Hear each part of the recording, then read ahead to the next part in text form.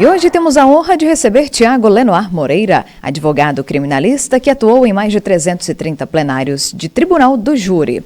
Mestre em Direito, especialista em Criminologia e empresário. Tiago Lenoir é conhecido nacionalmente por atuar em casos de grande repercussão, como o caso do goleiro Bruno, condenado a cerca de 23 anos de prisão por homicídio, ocultação de cadáver, sequestro e cárcere privado de Elisa Samúdio. Recentemente, a história ganhou um documentário na Netflix. Tiago Lenoir, obrigada por aceitar o convite aqui do jornalismo da Jovem Pan Patos. Seja bem-vindo, bom dia para você. Oi, Sabrina, bom dia a todos os ouvintes da Jovem Pan de Patos de Minas. Para mim é uma enorme alegria poder falar com esse seleto grupo de ouvintes. Tiago, então vamos lá iniciar. Conta aqui para a nossa audiência, como é que se deu o seu primeiro contato com o direito? O que te levou a seguir aí nessa carreira? Sabrina, eu sou filho de um mecânico com uma florista. Então, meu pai, com bastante dificuldade, não vai deixar nenhuma herança para mim material, nenhum patrimônio. Porém, ele sempre prezou pela educação. E aí, por conta disso, ele sempre se esforçou para eu estudar em bons colégios. Eu nunca fui um aluno tão dedicado assim, mas eu era esforçado, né? E fiz o curso de Direito, passei no vestibular da PUC Minas, comecei a trabalhar com Direito Penal já no início, fui fazer estágio, eu era bolsista da PUC, então eu era obrigado a tirar notas boas ali, porque senão eu perdia a minha bolsa, né? E desde o segundo período eu fui fazer estágio, e um dos estágios que eu fiz foi justamente na Defensoria Pública, no Tribunal do Júri. Então, meu primeiro contato com o direito penal foi no Tribunal do Júri, ainda no inicinho ali, no segundo período, eu não tinha nem aprendido ainda o que era homicídio, que geralmente o aluno, ele vê a parte especial do Código Penal a partir do terceiro período, ele já no segundo período já estava vendo o homicídio defendendo pessoas no plenário do Tribunal do Júri, lá na Defensoria Pública. E aí depois eu montei meu escritório no quarto período ainda, antes de formar, juntou eu, mais dois, um colega e um advogado que assinava para a gente.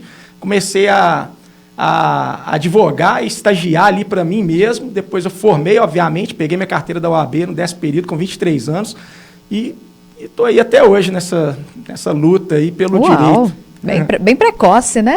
Bacana. A vida é assim, a gente tem que ser ativo, né? Não pode parar, não. Sem dúvidas.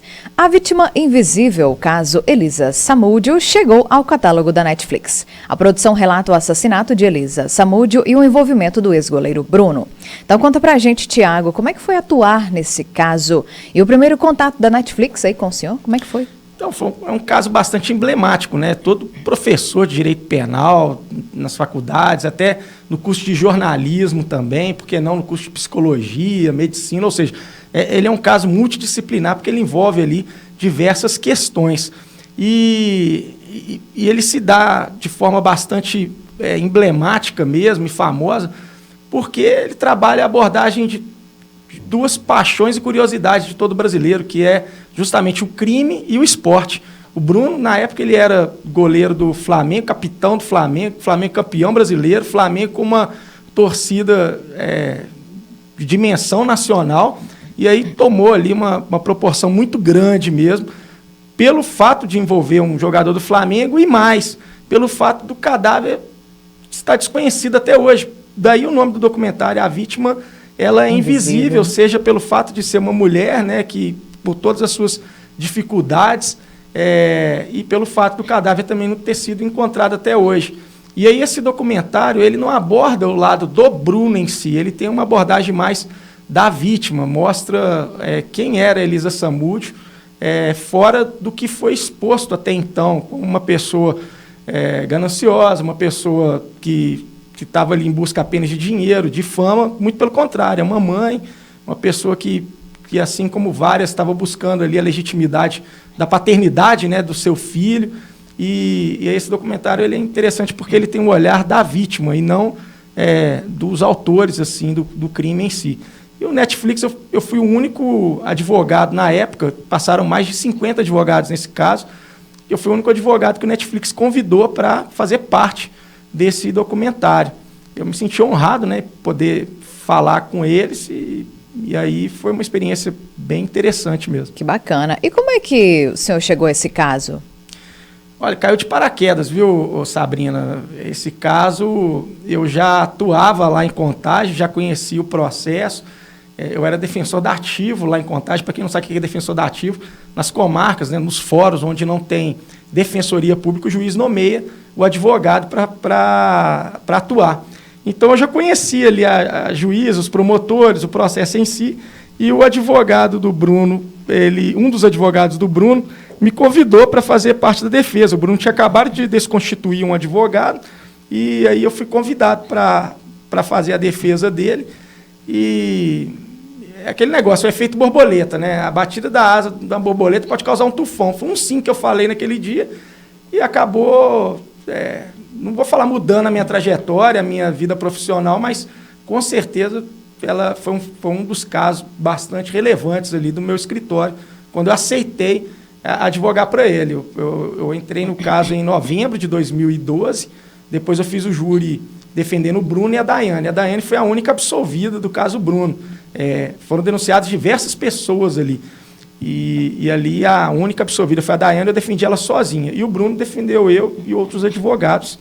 Estava ali conduzindo a defesa. Eu já era bem novo, né? E mesmo assim a gente já traçava ali algumas estratégias para o Bruno.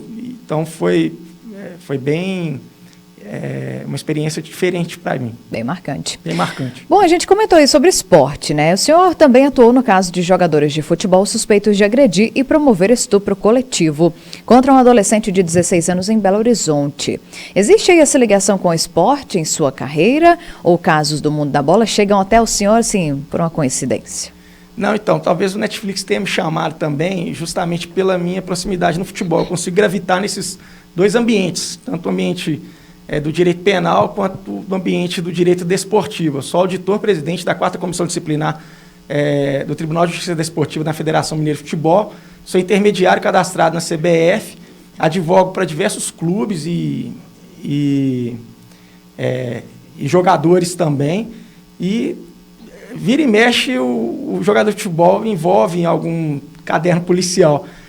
Fui advogado de 2 atletas na operação do GAECO de Goiás, que estava investigando a manipulação de jogos e apostas. E aí a primeira acordo de não persecução penal fui eu que fiz, né, lá em Goiás, para que o atleta, ele vacilou, né, ele vendeu ali R$50 mil, 2 cartões amarelos.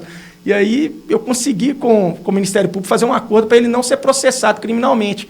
Então, eu defendo também esses atletas, e esse caso que você disse, Sabrina, é de um jogador do Taubaté que foi acusado de estupro coletivo. Aí eu demonstrei para o juiz, né, de forma bem clara, técnica, que ele não praticou esse estupro coletivo. Na verdade, teve um consentimento da moça, né, que é a suposta vítima ali, e aí ele foi solto. A gente não pode banalizar nem generalizar absolutamente nada. Então, o direito penal ele tem que ser tratado com toda seriedade, com toda cautela. E outro jogador também que eu defendi esse ano mesmo foi o Dimas, um atleta do Corinthians, que agora recentemente foi até arquivado o inquérito policial que estava investigando a morte de uma menina de 19 anos durante o relacionamento sexual. A menina desfaleceu e ele prestou o primeiros socorros ali para ela, ajudou ela, mas ela acabou não sobrevivendo devido a uma falha do SAMU de São Paulo. Então, eu abafei desde o início esses casos assim para demonstrar a inocência do meu cliente. Tiago, ontem o senhor deu uma palestra na 15ª Semana da Pesquisa Jurídica, promovida pelo curso de Direito do Centro Universitário de Patos de Minas. Conta pra gente como é que foi aí esse contato com os estudantes. O senhor deixou algum conselho para eles? Sabrina, eu fiquei impressionado com a estrutura do Centro de Convenções da Unipam. Eu já tinha vindo aqui em outras oportunidades, a convite da minha amiga, a professora Sabrina Nunes, que eu tive a honra de ladear o mestrado na Universidade de Itaúna com ela. Conheço a Sabrina há muitos anos, é uma excelente profissional, uma grande amiga. Ela já tinha me convidado aqui para vir à Universidade de Patos de Minas, aqui na Unipam. E ontem, pela primeira vez, eu conheci esse centro de convenções. Eu fiquei bestificado ali, porque é uma estrutura muito grande. A Unipam, ela é pioneira, e tanto na região, e tem um reconhecimento, eu acho que não só estadual, mas nacional, porque eu já tive a oportunidade de palestrar, lecionar em diversos lugares aqui no Brasil e fora também. Mas a estrutura da Unipam, ela é invejável mesmo, e para mim foi uma experiência muito boa. Tinha ali mais de 1.000 alunos nessa 15ª semana jurídica, e o professor Alexandre Máximo, que ele é o coordenador do curso, a Sabrina e todo o corpo docente lá da Unipam, então, de parabéns pela seriedade com que tratam o direito aqui em Patos de Minas. Tiago, quais são as principais qualidades que um advogado criminalista deve desenvolver para atuar em tribunais de júri, na sua opinião? Nossa, sua pergunta é interessantíssima. Eu acho que a principal qualidade do advogado criminalista é pisar na lama e não sujar os sapatos. O que isso significa, Sabrina? A gente tem que falar a verdade. A verdade salva. Isso está na Bíblia e está no processo também.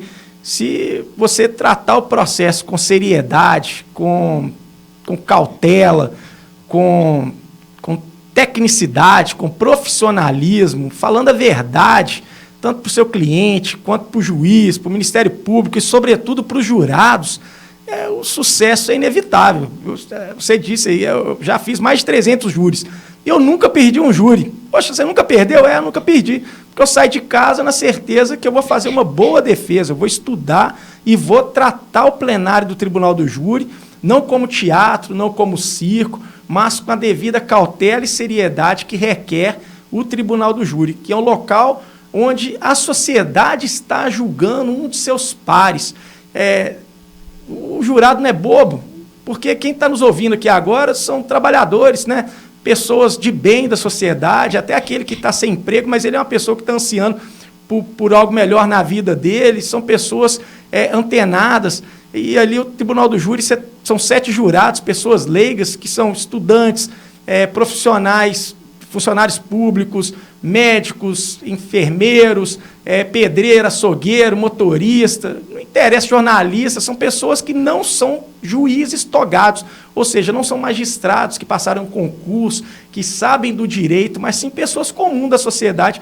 E o advogado tem que falar a linguagem deles, tem que mostrar o que tem no processo ali de forma bem simples, objetiva, sincera, para que seja demonstrado para eles o que de fato aconteceu e, ao final, quem vai decidir é a sociedade. Se o indivíduo praticou ou não aquele crime da forma com que está descrito. Então, para trabalhar no Tribunal do Júri, não tem dúvida nenhuma que a verdade, a sinceridade, a seriedade são os principais fundamentos ali.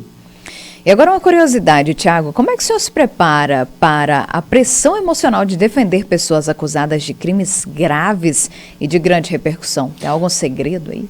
Não, o mesmo segredo que você se prepara para apresentar esse programa aqui, que tem uma audiência espantosa. Jovem Pan, você está carregando ali a etiqueta de uma das maiores rádios do Brasil. Então, com certeza, quando você sai de casa, você tem que se preparar de forma bem profissional para fazer o seu trabalho. O médico que vai operar alguém, ele não pode tremer, ele não pode agir com emoção, ele tem que agir com a razão, com o profissionalismo, com a técnica necessária que ele vai atuar. E o operador do direito não é diferente. Se eu for defender alguém e ficar preocupado, lidar com o emotivismo, com a minha emoção ali, eu não vou conseguir defender as pessoas. Muitas pessoas me perguntam o seguinte: como que você defende alguém que matou? Como que você defende alguém que cometeu o crime de fato? Eu falo o seguinte: eu defendo o réu, eu defendo uma parte processual. E eu faço aquilo que está previsto na Constituição, que todas as pessoas possuem direito à defesa. O advogado é indispensável para a administração da justiça. Está previsto no artigo 133 da Constituição. O processo sem advogado ele é totalmente nulo. E aí eu me preparo estudando, de fato, o processo e agindo dentro da técnica processual para entregar para o meu cliente o que for melhor para ele. Nem sempre eu vou para o júri pedindo absolvição, não, muito pelo contrário. Desses mais de 300 júris que eu fiz, vários e vários deles, eu falei: pô, meu irmão, é melhor você confessar, tá vendo ali, ó, batom na cueca, o cara fez, pô. E ele, não fiz.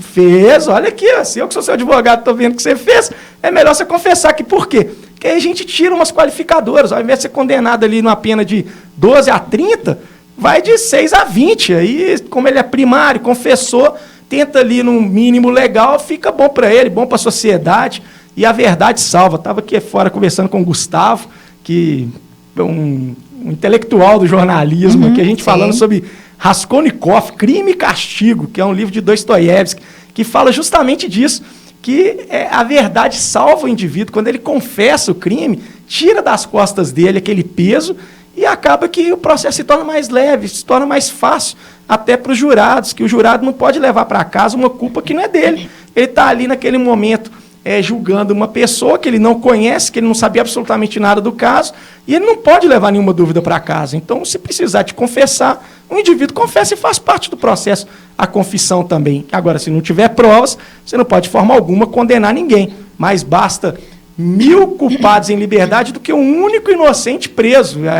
Na dúvida, tem que absolver o réu. É o princípio que chama indúbio pro réu. Tá aí, então, o Tiago Lenoir Moreira, ele que é advogado criminalista. Ô, Tiago, prazer em recebê-lo aqui, viu? Agradeço demais aí pelas suas informações, por esse bate-papo. Se dependesse, né, a gente podia ir no horário inteiro aí conversando, que ia ter muito assunto, eu tenho certeza. Obrigadão, viu? Bom trabalho aí para você, sucesso. Ô, Sabrina, eu que agradeço o convite. Estou sempre à disposição aqui da Jovem Pan, da Unipam. Para mim é sempre bom voltar a Patos de Minas, comer uma boa pamonha, tomar um bom café e bater um bom papo também. É isso aí.